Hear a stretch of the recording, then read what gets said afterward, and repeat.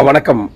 மதிப்புமிகு அனிதா ராதாகிருஷ்ணன் அமைச்சர் அவர்களுக்கு கடந்த 2-3 நாட்களுக்கு முன்னால் ஏதோ மேடையை பிடிச்சு வச்சுக்கிட்டு கனிமொழி அக்காவை எதிர்த்து அண்ணாமலையால ஜெயிக்க முடியுமா, அண்ணாமலை நீ தமிழ்நாட்டிலே இருக்க முடியாது அப்படிலாம் பெரிய வீரவசனம் எல்லாம் பேசிக்கிட்டு இருந்தீங்க. கனிமொழி அக்காவை எதிர்த்து தேர்தலில் ஜெயிக்கிறது 2ஆம் பட்சமா இருக்கட்டும், அரசியலுக்கே வந்த 3 வருஷம் தான் அரசியலுக்கே ஆன அண்ணாமலை அவர்கள் கனிமொழிக்கு எதிராக போட்டியிட்டு ஜெயிக்கணுங்கிற அளவுக்கு நீங்க நினைக்கிறீங்க. அதுக்கு எங்களுடைய மனமார்ந்த பாராட்டுக்கள்.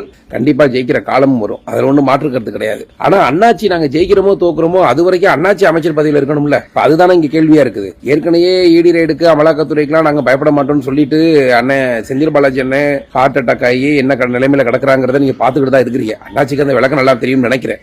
இப்ப அண்ணாச்சி நம்ம கூட இருக்கக்கூடிய சாட்ராக்களை வச்சுக்கிட்டு வீரவசனம் பாசிக்கிட்டு ஈடினா என்ன அமலாக்கத்துறை என்னன்னு பாப்போம் நீங்க நினைக்கிறீங்க. உங்களுக்கு மனசுக்குள்ள தெரியுது எப்படியோ ஜட்ஜ்மெண்ட் வரப்போகுது, நம்மளுடைய அமைச்சர் பதவி காலியாக போகுதுங்கிறது எங்களுக்கு தெரியும். அண்ணாமலை சும்மா இந்த தேர்தலில் ஒரு தடவை தோக்கடிச்சுட்டு அடுத்த 5 வருஷம் கழிச்சு நீங்க நில்லுங்கண்ணா நாங்க நில்லுங்கண்ணான்னு சொல்லக்கூடிய திராவிட அரசியல்வாதியில அண்ணாச்சி அண்ணாமலை எப்படின்னா இந்த மாதிரி திருட்டுத்தனம் பண்ணிக்கிட்டு ரவுடித்தனம் பண்ணிக்கிட்டு நாட்டு மக்களை ஏமாத்தி கொள்ளையடிச்சுக்கிட்டு தான் கூட இருக்கவனுக்கு சாராயத்தையும் சாப்பாடை வாங்கி கொடுத்து மக்களை ஏமாத்திக்கிட்டு இருக்கவன் எல்லாம் அரசியல் களத்திலிருந்தே விரட்டி ஜெயில கொண்டு போய் வைக்கிறதா எங்களுடைய நோக்கம். அதனால அண்ணாமலையை எதிர்த்து ஜெயிக்கிறதுக்கு போராடுறதெல்லாம் 2ஆம் பட்சம் இருக்கட்டும். நீங்க பாராளுமன்ற தேர்தலுக்கு முன்னாடி ஜெயில இருப்பீங்களா, மக்கள்கிட்ட இருப்பீங்களா, இல்ல தேர்தல் இருப்பீங்களா, இல்ல அரசியல் களத்திலிருந்தே இல்லாம இருப்பீங்களா, அதை முதல்ல முடிவு பண்ணிக்கங்க. அண்ணாச்சி வீரவசனம் பேசுறேங்கிற பேச்சுல உங்களுடைய அரசியல் வாழ்க்கையை இழந்து ஒண்ணு இல்லாம போயிடாதீங்க. ஏன்னா உங்க அக்கா இப்ப நீங்க என்ன பண்றீங்கன்னா உங்களை மட்டும் கோத்துறது மட்டும் இல்லாம அக்கா கனிமொழி அக்காவையும் சேர்த்து கோத்துறீங்க. இது பாவம் அண்ணாச்சி. அவங்க ரொம்ப கஷ்டப்பட்டு உங்க பகுதியில் நின்றுட்டு இருக்காங்க, அவங்களையும் சேர்ந்து கோத்து விடாதீங்க. நீங்க நினைக்கிற மாதிரி அரசியலில் சாதாரணமான